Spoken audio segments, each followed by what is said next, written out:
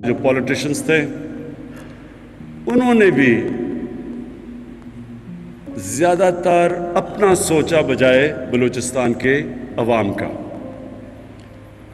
और बदकिस्मती से ये सिर्फ बलूचिस्तान में नहीं, ज़्यादातर पाकिस्तान में हमारी पॉलिटिकल लोगों ने मुल्क से ज़्यादा अपनी ज़ात को फ़ायदा पहुँचाया।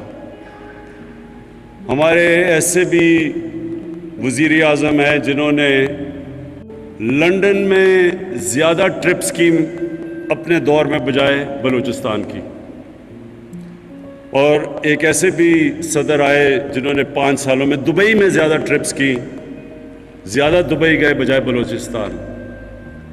तो इसलिए वो तवज्जो जो बलूचिस्तान को देनी चाहिए थी वो नहीं दी गई।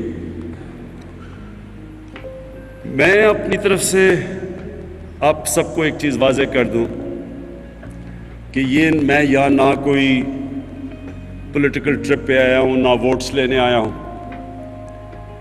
ये मेरा ईमान का हिस्सा है कि कभी भी कोई कौम तरक्की नहीं करती जब तक वो अपने कमज़ोर तबके को साथ ऊपर नहीं लेके आती।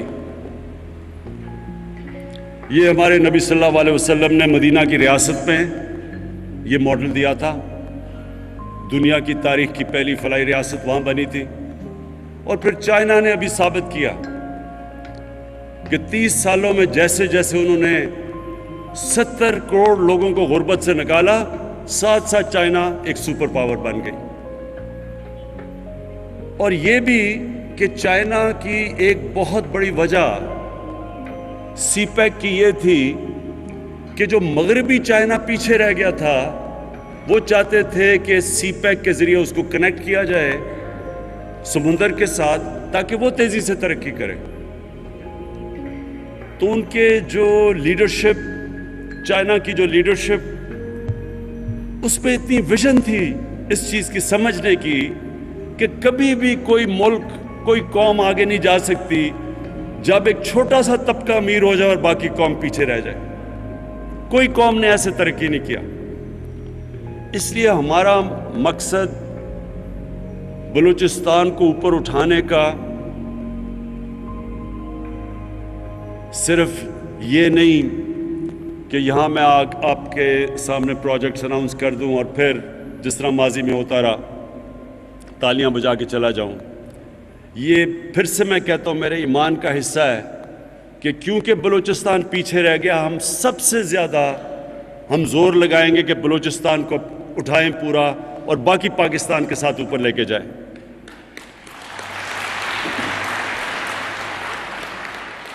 एक मुल्क एक घर होता है, उसमें यह नहीं हो सकता कि एक घर के 2 बच्चे बड़े आगे बढ़ जाएं और 2 बच्चे बेचारे पीछे रह जाएं। घर सारा ऊपर इकट्ठा निकलता है। और जो प्राइम मिनिस्टर होता है वो एक घर का बाप की तरह होता है। उसको ये देखना होता है कि सारे बच्चों को वो उसी तरह ऊपर लेके आए।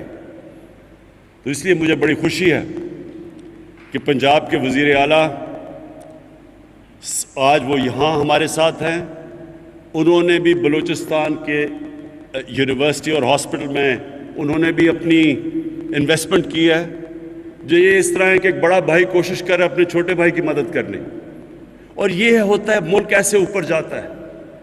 ये जो कई दफ़ा लोग फ़ायदा उठाते हैं बलूचिस्तान की महरूमियों का और उनके और मफादात होते हैं, वो इसलिए कामयाब हो जाते हैं इंतशार फैलाने के लिए क्योंकि लोगों के अंदर तासुर चला जाता है कि हमें पाकिस्तान में, हम पाकिस्तान का हिस्सा बनने से हमारा क्या फ़ायदा।